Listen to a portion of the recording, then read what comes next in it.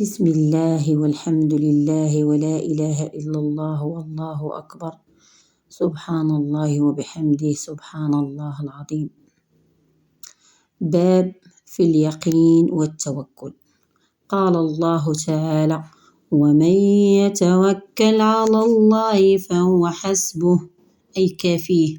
وقال الله تعالى: إنما المؤمنون الذين إذا ذكر الله وجلت قلوبهم وإذا تليت عليهم آياته زادتهم إيمانا وعلى ربهم يتوكلون. وأما الأحاديث فالأول عن ابن عباس رضي الله عنهما قال: قال رسول الله صلى الله عليه وسلم: عرضت علي الأمم فرأيت النبي ومعه الرهيط، والنبي ومعه الرجل والرجلان، والنبي ليس معه أحد، إذ رفع لي سواد عظيم فظننت أنهم أمتي، فقيل لي: هذا موسى وقومه، ولكن انظر إلى الأفق، فنظرت فإذا سواد عظيم، فقيل لي: انظر إلى الأفق الآخر، فإذا سواد عظيم، فقيل لي: أمتك ومعهم 70,000 يدخلون الجنة بغير حساب ولا عذاب. ثم نهض فدخل منزله فخاض الناس في أولئك الذين يدخلون الجنة بلا حساب ولا عذاب، فقال بعضهم: فلعلهم الذين صحبوا رسول الله صلى الله عليه وسلم.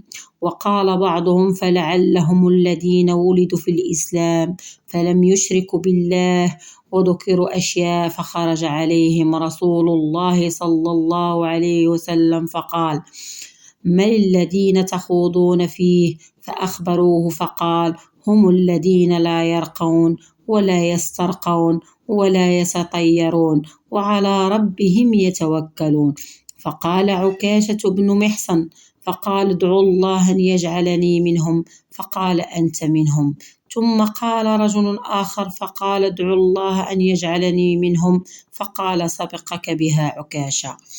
وعن ابن عباس رضي الله عنهما أيضا أن الرسول صلى الله عليه وسلم كان يقول: اللهم لك أسلمت وبك آمنت وعليك توكلت وإليك أنبت وبك خاصمت، اللهم أعوذ بعزتك لا إله إلا أنت أن تضلني، أنت الحي الذي لا يموت والجن والإنس يموتون.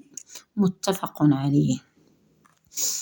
وعن أبي هريرة رضي الله عنه عن النبي صلى الله عليه وسلم قال: يدخل الجنة أقوام أفئدتهم مثل أفئدة الطير. رواه مسلم.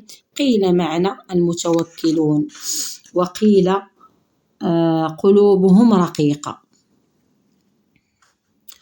وعن عمر رضي الله عنه قال: سمعت رسول الله صلى الله عليه وسلم يقول: لو أنكم تتوكلون على الله حق توكله لرزقكم كما يرزق الطير تغدو خماصا وتروح بطانا. رواه الترمذي وقال: حديث حسن.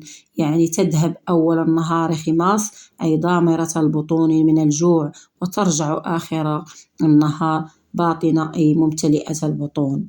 وعن أبي عمار البراء بن عازب رضي الله عنهما قال: قال رسول الله صلى الله عليه وسلم: يا فلان، إذا أويت إلى فراشك فقل: اللهم أسلمت نفسي إليك ووجهت وجهي إليك وفوضت أمري إليك وألجأت ظهري إليك رغبة ورهبة إليك، لا ملجأ ولا منجا منك إلا إليك. آمنت بكتابك الذي أنزلت وبنبيك الذي أرسلت، فإنك إن مت من ليلتك مت على الفطرة، وإن أصبحت خيرا. متفق عليه.